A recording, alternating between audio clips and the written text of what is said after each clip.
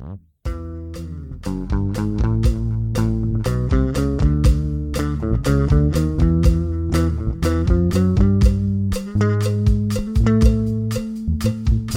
it's John at C Nation, and you are tuned into the Kush Journals. Join me and my occasional guests each weekday as we discuss all things cannabis in the great state of Utah.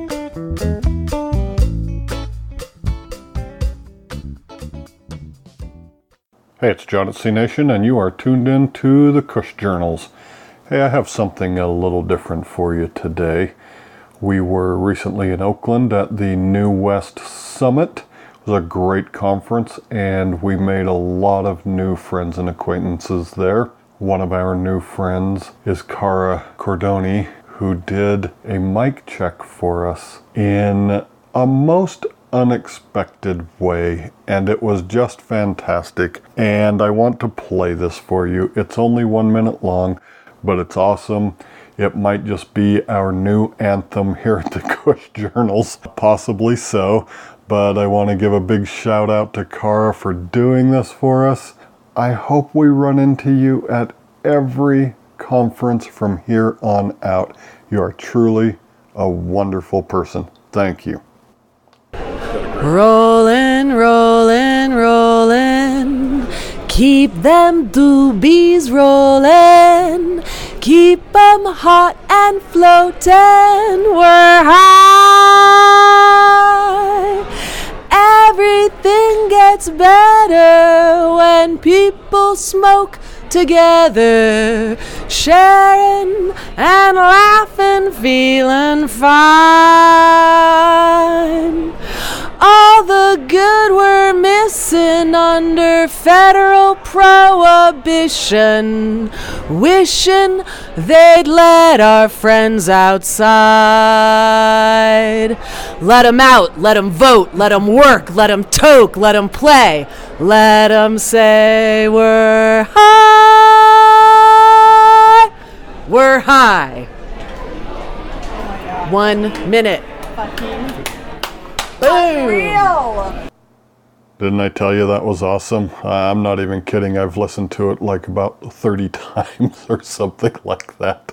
But she did a mic check for us as we were setting some levels when I was getting ready to do an interview with Jaeson Kanter from Humboldt Oil. I'm just going to, lead into that interview with him now, since this was all roughly one recording at the same time. And Jason's a really great guy. We got to know each other through a mutual friend, Shira Adler, and Jason's got a great story, and he's got some insight into CBD as medicine that is super insightful. And anybody struggling with, any of the health issues that Jason's going to talk about, this might really resonate with you, and I think you can find some help here with some CBD products. So we'll be back after this interview with Jason. Go ahead and give a listen and see if you don't like it just as much as we did. Jaeson Kanter, the one thing I am not is a professional interviewer. I'm a conversationalist kind of guy, and I like my interviews to roughly be without a lot of background. And I like it to just unfold conversationally. Shira Adler maybe spilled something about you that you can beat her up about later. She shared with me that a large part of your interest in this industry has to do with some PTSD and some CBD use, maybe to help deal with that. What is that? Do you mind talking about the origins of some of that and where you started, where you're coming, where you're at with that? Sure. I think that's actually a really good spot. Go for it. So with the PTSD, it's something that I personally think that almost everyone has to some degree. For me, the major trauma that occurred that I was put on medication by the VA for, which in turn led me to creating CBD products. So back, that original event was back in 1992. I was in Bush War I, stationed in Germany, and we were a support base for transport. I was a firefighter, and a C5 on takeoff, the number one engine went into reverse thrust, and it clipped the trees and cartwheels, and so the crash site was about a mile long. And this happened like 12:30 at night, and so get the call. We've been training for it a lot, so, but it's completely different when you're actually, and it's happening. Right. Because all you see is this glow off base, and you have no idea what, and people are, I mean, it's just chaos. You know, it's like the only thing I can associate that with is anyone that's ever seen like 9/11 happening. Like, it's this chaos. No one knows. Right. You know, you just don't know. So I was 19. 13 people died that night. All aboard the plane? All aboard the plane. Actually, 4 people ended up surviving. There was a 5th when we first got there, and he died later in the hospital. But the next morning, well, I guess it was late in that night, early in the morning, because it happened at 12:30 at night. Like, I remember crawling on the roof of the plane, you know, and seeing all the seatbelts hanging down, and pudding cup, like someone was just eating a pudding cup. There was a sandwich with the baggie still half on it, and the 2 elephant ears, like, they're eating the sandwich like my brother used to eat, like, as a kid. Wow. So I had to climb to the end of that little piece of fuselage that was still intact to get the manifest. And then just outside, like not even 15 feet, there was a crew member laying on his side. It looked like he was just sleeping, just laying there, not a scratch on him. And, you know, 1,000 feet away was this charred remains of a cockpit with, you know, like the pilot screaming, like burnt on his face. So you see all these things, and you just go about it, and you don't realize how it really has imprints on your brain, and you don't understand how. In the moment, it's just a the job. stuff. It's just what's there, right? Yeah, you know, and so it was a very interesting experience, you know, and then I finished out my career in the Air Force and went about job. When I got out of the military, I didn't want to have anything to do with the military. Sure. You know, and so 20 years later, and a couple of other significant things in life that have occurred, I didn't have health insurance. So someone told me, like, hey, you were in the military, go and check about health insurance. Okay. Went down to the VA, they're like, oh yeah, here's free health insurance. Oh, you served it here. Here, have you been seen by a psychiatrist? No. Like, so the diagnosis was, oh, you have severe PTSD. What did you think about that? This is 2 decades later. 2 decades later. You know, and so, I mean, throughout my life, I've known that there's been some things that, you know, patterns. You see patterns in your life. Yeah, well, in fact, let me ask you about one of those, because what you just described about, like, the sandwich, that's a very specific image, a very specific thing for you to remember, which is significant when it comes to PTSD and these types of things. But something you probably have seen so many times since then. Is that, I don't know if trigger is the right word when we're talking about PTSD, but is that an image that can bring you back to that event? Definitely. Yeah. Definitely. So that might be one of those things. I see this, I'm not quite sure why this is a weird or something for me. Right. It's like that little, like a little spike of adrenaline or something like that. And you feel it's almost like even sometimes it's saliva in the back of your throat. So you got to talk to a mental health professional about these things. So they put me in a 2-year cognitive therapy program. Okay. And I was also going through a breakup at the time, or trying to separate myself from a toxic situation. Okay. All right. So when they put me on the meds, it was actually like a welcome thing. I was okay with it. But didn't take long for me to realize that I had lost every sense of connection. Right. What are we talking, like Klonopin, something like this? The VA loves a med like that. Right. So they put me on bupropion, lorazepam, Ambien. It just slowed you right down to a drool. It took out all the highs and lows. Yeah, right. You know, so I was just like, it helped me get through the issue, and I moved on to a 45-acre farm. A guy offered 20 acres to me, and I moved on to that, bought a trailer, and started a homestead, and started growing my own bit of cannabis. When I hit the time, that period when I wanted to get off of those pharmaceuticals. So you're still on the meds and still under VA care at this point. I'm still under VA Okay. care at the moment, but I am no longer. Gotcha. So when you started the farm, when you homesteaded all of that, you're still I on was these still on. drugs? Yes. Okay. Were they working for you, do you think?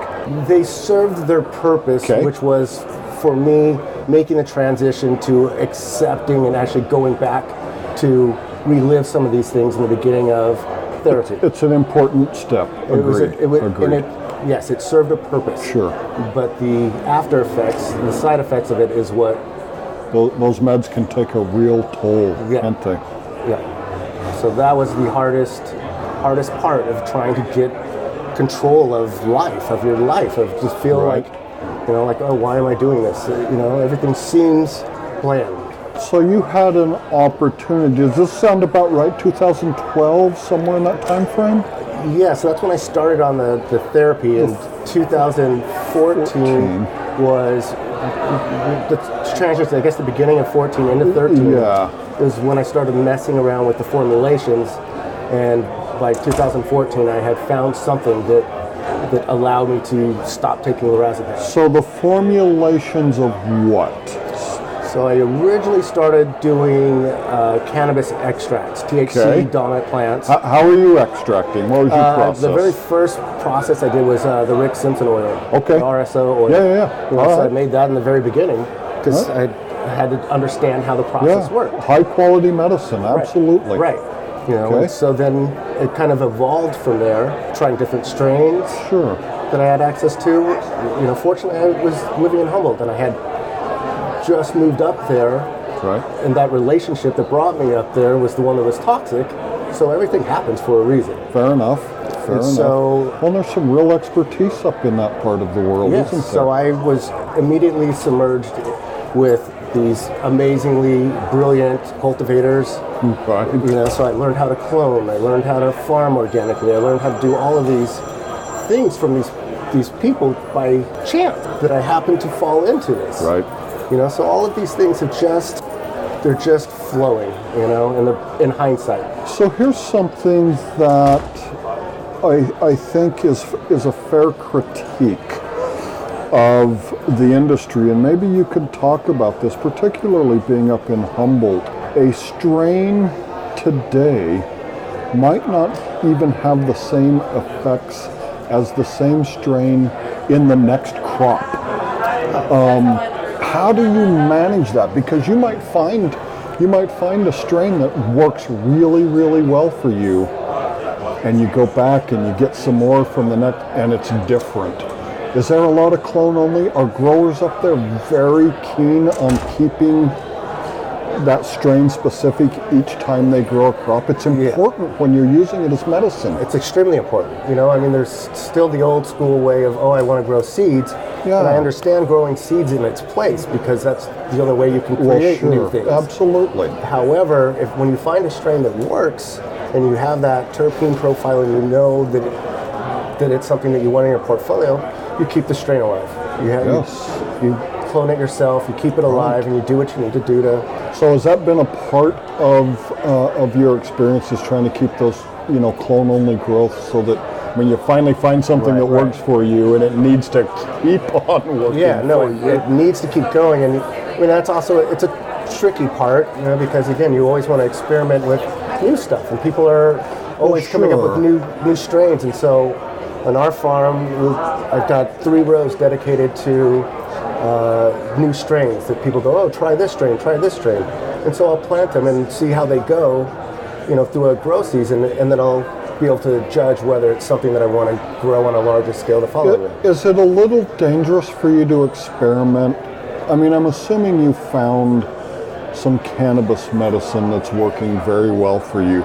You mentioned getting off the lorazepam, which is roughly Vicodin? I mean, it's an opioid type based drug, right? Yeah. So that's a heck of a good thing to be off. Do you find that you've got a range of medicines that really work pretty well, or do you have to be dialed in specific to? There's 2 things in that. Okay. 1, yes, there is a range. Okay. And 2, everybody's different. Fair enough. When you take aspirin, it's different than when I take aspirin. Indeed. What works for you is not going to work for my mom, and so everyone is different. So everyone has to based on their symptoms, and they have to do their own bit of self-therapy. They have to listen to their body. They have to go, okay, and understand the medicine they're taking, and be able to go, oh, okay, so maybe a little bit more of this or a little bit of less of this. Absolutely. So that brings me to the education side of things. Okay. And that is one of our uphill battles for compassion-based medicine.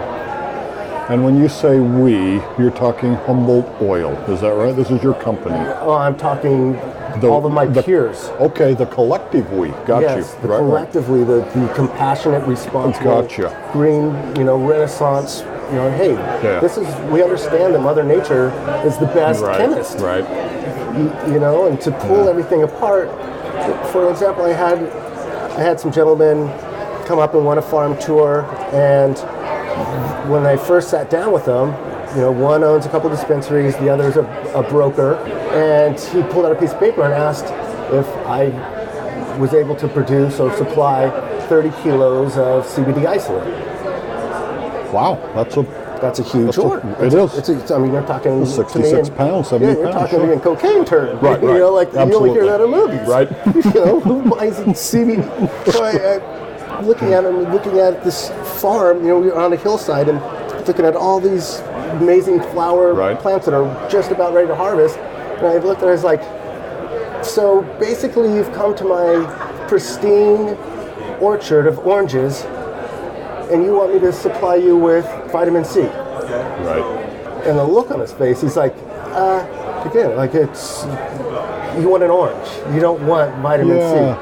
Did you have a feel for CBD isolate and its importance at that point in time, or not quite? You did. Oh, yeah. Oh, okay. No, I do understand. I do understand, but again, CBD is a cannabinoid. Absolutely. And so I wish someone would, they'd start to call it what it, hey, sure. Can I have the cannabinoid CBD? Not CBD as, it's a product. It's not a product. Fair enough.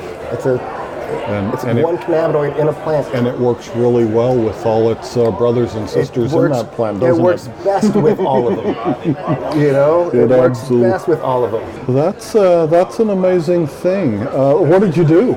Did you come up with 60 kilos? No, I'm sorry, 30 kilos. I'm not in the vitamin C business. Fair enough. That's not what I do. Yeah. So, he got it, and so when I gave him a bit of the education on the actual, value of CBD dominant cannabis strains that are either a 20-to-1 and a 2-to-1, and how you can take those, one in the morning and one in the evening time, and then take a blend of those. They will help cure this based on the different terpene profiles, and so I, gave him an education, and when he left, he definitely understood more of what it is he is supposedly selling. So it sounds like you grow, strains is becoming a word that a lot of people don't use in the industry anymore. Maybe chemovars or something like this is what people want to talk about. So what you grow are these lower THC, high CBD chemovars. So I think the lowest, I've got a 2-to-1 as part of the bottom, and then up to a 20-to-1. Yeah, I think people are starting to understand the importance of, sometimes it's called the entourage effect. I've heard it called the ensemble effect. It's all good. And I think largely everyone does agree that this is a real thing. And have you tried some of these pure CBD type isolates and with maybe not no effect but less effect, or they by comparison, what do you think about? By comparison, it's different. Again, with the entourage effect, or the help of all the other cannabinoids, you're getting something that's more rounded, that is more potent with less product. For just an example, a couple weeks ago, I judged, or was one of the judges on a tincture competition. All right. And before I knew before I knew the entire concept of the competition, come to find out it was only hemp-based CBD tinctures. Fair enough. And so that was kind of odd for me. Yeah. But so I had 26 different tinctures to try. Right. Not one of them, even in the highest strength of 3,500 milligrams per 3 drops. Oh my God. Yeah. It wasn't. And they gave us basically 3 hours to try all 26. So I would expect that, I would have felt some kind of a synergetic effect at the very least. I felt like something, but it wasn't to a level where I feel that for my tolerance, that it would help me. So I would have to take a lot of this product for it to help me. And that's basically my tolerance. And still no other plant-based compounds that are in there. There's still no other CBN or CBG or THCA or, there's none of this stuff in there. With MCT oil. Absolutely. And it's interesting. We talk about this entourage effect that CBD is one of 100, 130 cannabinoids found in the plant. And they do all work together, and it makes sense because they all kind of grow up together. And CBD gets the bulk of the headlines. CBD and THC get the bulk of the headlines. One of the things that I've recently discovered about this entourage effect is a lesser known cannabinoid called CBN, which I guess all said and done is kind of the degraded THC becomes CBN, and it plays a very important role. It's very calming, and it can actually put you to sleep. I mean, right along the lines of like myrcene or something like that. Yeah, right. It's quite a sedative, and I guess without the THC, there's no CBN unless you're adding it in. So it's not just, there's just these whole host of things that happen as the different cannabinoids go to work in your body. Right. They become certain different things along the way as your body starts to use them over time. And it seems critically important for all of these things to work. CBN makes us a little chill. It makes us a little calm. That might be a good thing for a PTSD sufferer, right? To be chill and to be calm. I mean, I do understand from and accept the fact that from a legalization standpoint, or say decriminalization standpoint, CBD needed to be the ammunition for everyone to walk through the door and say cannabis isn't all THC. And it is. We're seeing GW Pharmas, obviously. They're, regardless of what anybody might think about them or what they've done, they've opened a very, very big door. Right. But they've also put an extremely large padlock on or deadbolt on the rest of the world from being able to do anything. It's true, and I think there was some hope they wouldn't do that, and here they've gone around and done it because, they're a big pharma. Yeah, when you own the FDA, that's you get to make the rules. I hear you. So, hey, let's talk about Humboldt Oil. What it is your company is doing and will be doing. Are you in business just to provide yourself medicine? Or let's talk about that. Tell me about your company. Yeah. So, I mean, it started with a friend calling and asking for help with endometriosis, and then another friend call and say, I want to get off opiates. And I've got cancer. My mother has this. So it's just kind of been a bit of a snowball effect, and I've always used capsules as my medium. Okay. I've worked also with suppositories, salves, and a couple tinctures, but again, for the most part, I really focused on the capsules. Good bioavailability through that method of ingestion. Right. I hear that maybe suppositories might be roughly 100% bioavailability. Right. But you got to pick your application. Well, right. If you have prostate or anything down there, that's the best. Get it as close to the problem as possible. That makes perfectly good sense. Right. Do you think you've been able to? I mean, that's a lot of different, diseases and ailments and things that you just mentioned there. Have you been able to help all of those or each of those? I've been able to help almost everybody. That's amazing. I mean, because the product, the plant. I mean, it's nature's gift too. And I don't mean to sound like a tree, hugger, but it's amazing. It seems to be exactly that, amazing. People are quick to say, look, it's not a panacea. It's not this magical medicine. Fair enough, it's probably not. I mean, there are going to be some things that it's just not going to be able to address, but it does seem to be quite effective for a lot of things, and for the things it's typically used for, it seems to really, really work. We've all seen the seizure videos and things like this. That's undeniable.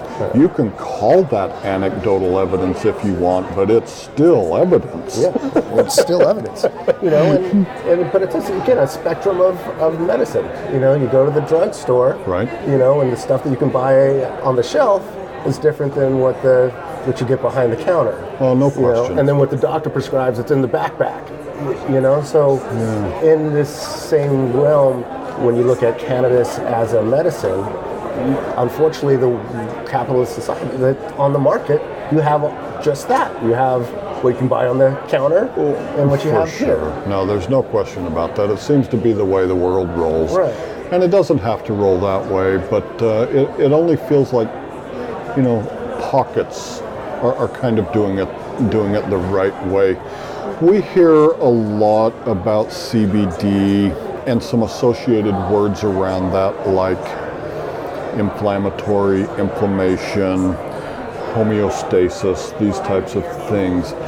And personally, I'm just kind of learning about, inflammation, and that it's kind of the root of a lot of problems that we suffer as human beings. Yeah. Have you educated yourself along these lines, homeostasis and how CBD helps the human body kind of go back to balance? So again, I try to get I try to be a sponge. Sure. Really, and I love sitting down with other people in this space that, have spent the last 5, 10, 20 years, doing what they do. Sitting down with Martin Lee from Project CBD a couple of months ago. The author. Yeah, okay. and co-founder of Project CBD. Yeah, exactly. And it's myself and 2 other people, and just the amount of stuff that we all contributed to the conversation on a peer-to-peer level was amazing. Like I feel like I walked out of the conversation and had grown a foot. That's amazing.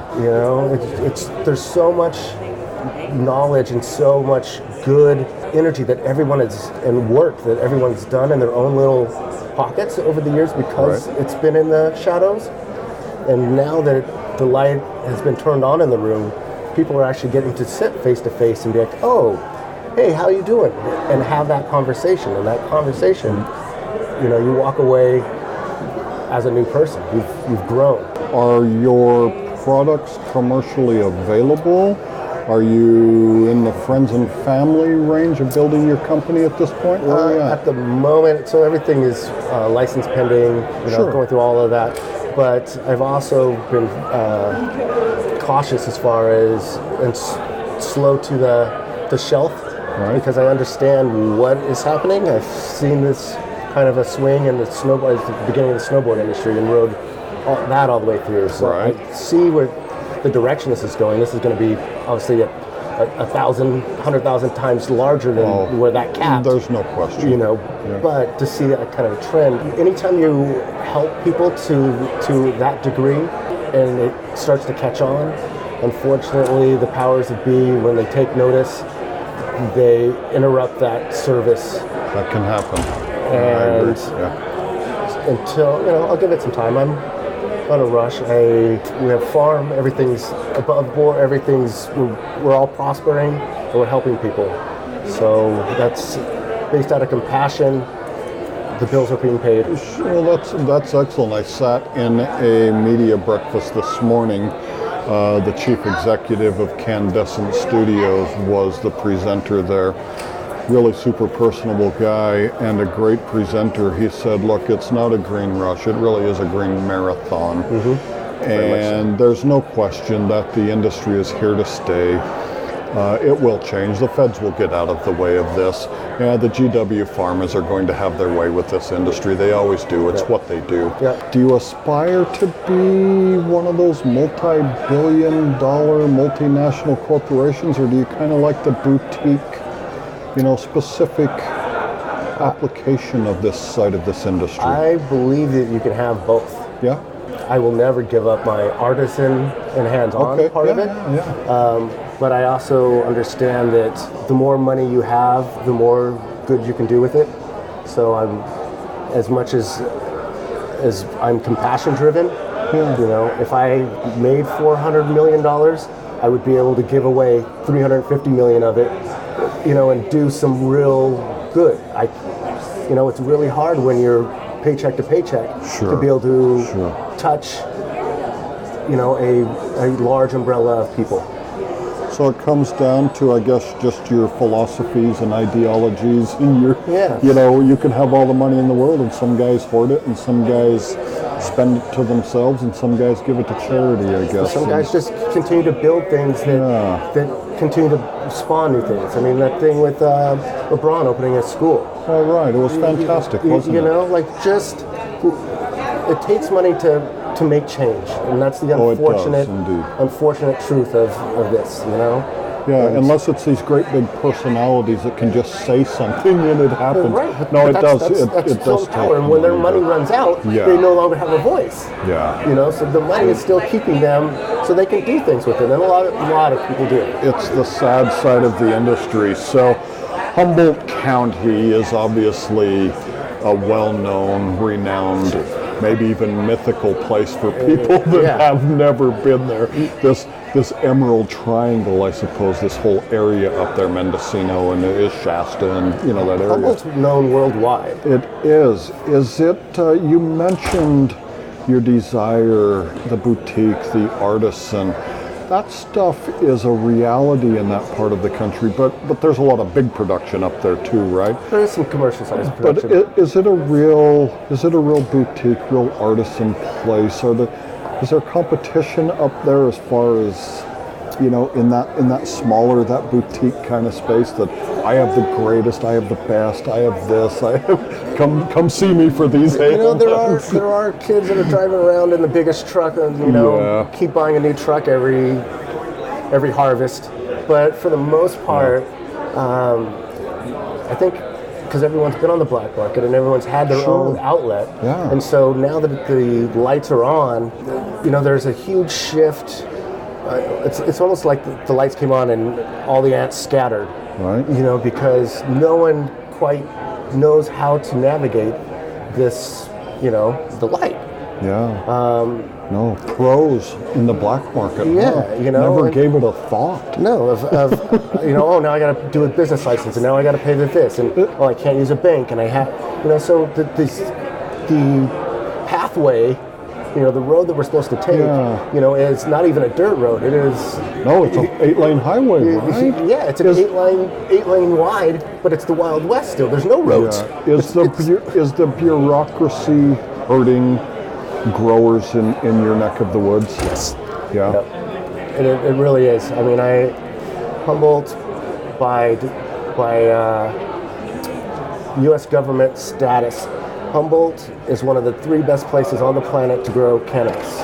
Humboldt, Hawaii, Thailand. And we're talking about the geography of these locations, right? Yeah. So now Humboldt, the way I see it happening, or in 5 years from now, Humboldt will grow out of the microbrew business. And achieve, a Napa type appellation status. And you'll see that kind of model, the wine model, starting to really come together. Like, there's very few single vintage fine wines that you can get out of any region, out of Bordeaux. Usually it's okay. I got some grapes from this winery, this winery, but it's still called a Napa wine. So does that happen with the current crop of growers up there, or does that happen because big industry is going to come over there and, it's and mostly Walmart big ties. industry. Yeah. I mean, that's the only way we're going to survive is unity. Divided we'll fall, but combined we'll have a voice. We have the land. Right. We have the land, the knowledge, the experience, the worldwide recognition. They land in Australia and say, "Yeah, I'm from Humboldt," and they're gonna be like, "No, right? Weed? Yeah." Right. No, they are quite synonymous with each other. Yeah. So, well, man, all of this is awesome. I mean, this has been a rambling conversation. This is roughly what I do. I just like to chat about this stuff. I didn't know an awful lot about these things, but now I know a lot more. I'm really grateful for that. Keep on helping people, man. People do need help. Jaeson Kanter, thank you for your time. Very much appreciate it. Thank you. So that was Jaeson Kanter with Humboldt Oil Company, and what a great story, right? So inspiring. I love when I run across people who have just empowered themselves to handle their own business. To heck with Big Pharma, to heck with all of these people, and I will find the relief in cannabis medicine. It's such an empowering story. Shira, thanks for introducing us. Cara, thanks for the audio check. It was fantastic. And Jaeson, of course, at Humboldt Oil, thank you very much for your time and candor. I really appreciate it.